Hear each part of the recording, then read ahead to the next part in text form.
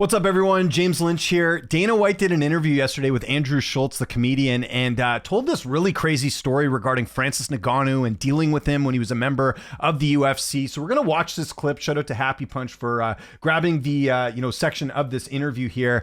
And it sounds pretty bad. And then I got a tweet that kind of follows up about this story a little bit, which does not look good for Francis. Basically, this whole video makes Francis Ngannou look really bad. So we'll hear what Dana has to say here. I'll give my thoughts after, then I'll show you the tweet, and we'll discuss this topic a little bit. Let's hear from Dana White. Ngannou is a bad guy.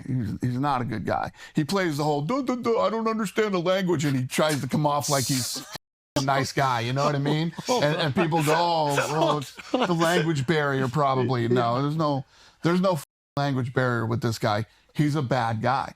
I wanted to cut him early. When somebody shows you who they are, believe them. So he's going in to fight Stipe Miocic in Boston. He knows he's going to kill Stipe. So after the press conference, we're walking down this hallway, and he comes over to me and he grabs me.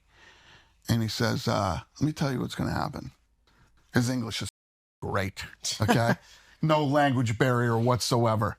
When this fight's over, you're going to book me a private plane to Paris. And I said, I laughed and said, oh yeah? He goes, I'm not joking. You're going to book me a private plane.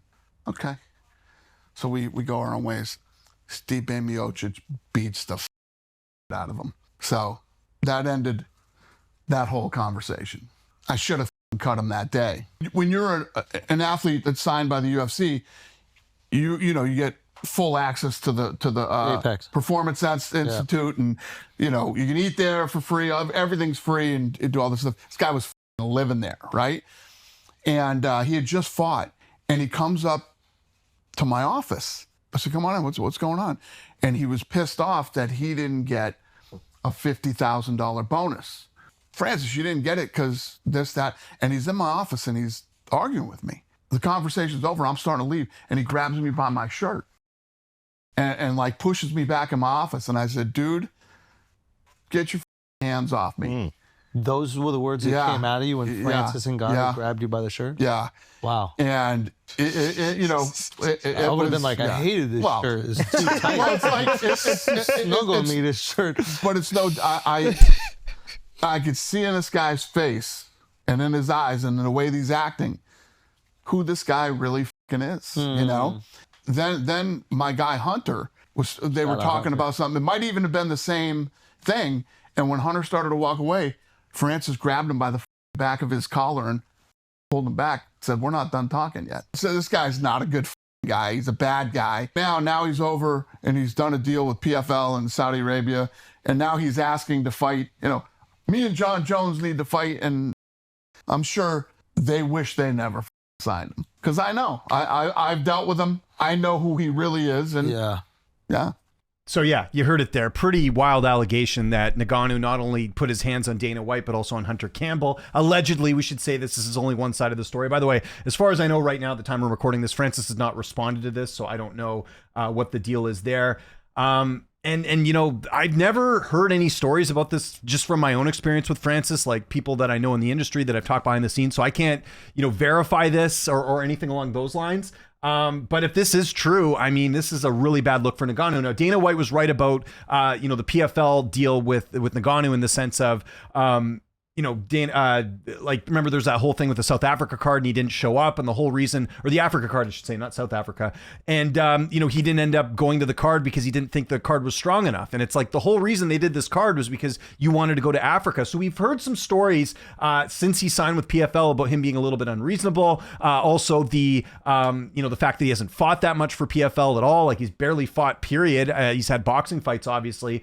So that kind of leads to the side of him being a little bit difficult to work with. But man, that's a bad thing. Like if this is true, this looks really bad on Ngannou if that's how he's talking to people behind the scenes. And we know the UFC has very little patience for fighters that are hard to deal with behind the scenes, no matter how big they are, unless you're like a Conor or John Jones or something. But I've never really heard of anything of Dana White or, of Conor McGregor or John Jones acting like this towards the president. I mean, he's your boss at the end of the day here. So, if Ngannou had said that comment about, hey, book me a private plane after this fight, like as a joke, that would be different, but it sounded like he said it as like almost like a cocky and arrogant way. So again, if everything Dana's saying here is true, it's not a good look at all. Now, we should mention the obvious here, that Dana White obviously does not like Ngannou because he did something that you don't see a lot of fighters ever do in UFC history, and that is he basically walked away from a contract in the prime of his career, or arguably the prime of his career, and went to a different organization to get more money, and he did end up making more money. He goes to PFL, he gets a big contract there, and then he gets the boxing fight. He's had a couple boxing fights, right? And, you know, you could argue this, but, and I know Dana has come out in other interviews and said, oh, he would have made more money if he stayed. I don't know about that. I mean, boxing does pay pretty well. So you have to look at this of the lens through Dana White. You know, it's very rare that a fighter can kind of pull a fast one on the UFC. And Ngannou kind of did that by leaving kind of in the prime of his career. Like, I can't think of another fighter, you know, recently. I know Randy Couture went to Affliction all those ages ago. I mean, that's probably the closest thing we've had. But to have your heavyweight champion essentially leave the promotion and walk away and go for more money, that's going to piss off the UFC. So you have to look at it through that lens a little bit, right? Because again, Dana does not like Ngannou because he lost one of his biggest, you know, names in the sport, so to speak. And I know people argue, oh, what were the numbers and all that? I mean, he's the heavyweight champion. And he was knocking guys out. Like, people were interested in Ngannou when he was in the UFC. I don't know the numbers here to back up whether he was like a pay-per-view draw or anything along those lines. But so you have to look at it through that lens. But saying that, Dana's going into pretty specific detail about incidents here.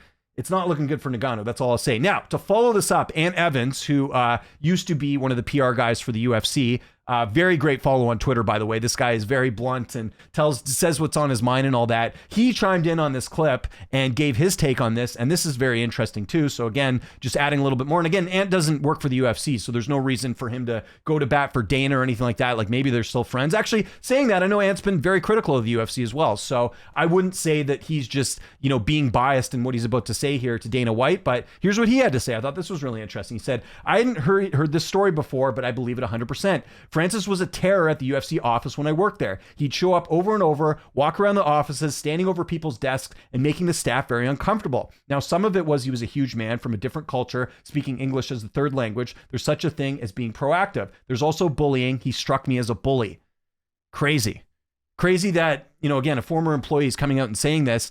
And it's not like Ant works for the UFC now and him making Francis look bad is like helping his boss out. Ant hasn't worked for the UFC for years. So the fact that he's coming out and saying this and saying that Ngannou made people uncomfortable, that's not good. Now, again, I will say in the times I've been covering, you know, MMA, covering the sport, I never really heard any stories about that behind the scenes, but I also, but I even also heard otherwise that he is a good guy. So I don't know, like, this is just some pretty serious allegations. Again, I mentioned it there. Ngannou has only fought, I think, the one time for PFL, right? It was the Ferreira fight, if I'm not mistaken.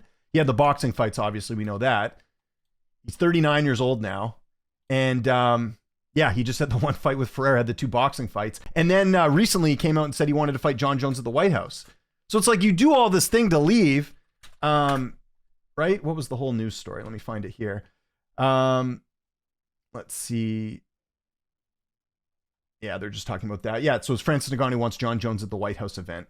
That's what he comes out and says. So after all this, he's coming out and saying this now, and he's saying this while he's under contract to PFL. Again, it's not looking good for Ngannou. That's all I say. I personally would like to hear him come out and say and refute this or give his side of the story. I would love to hear from that.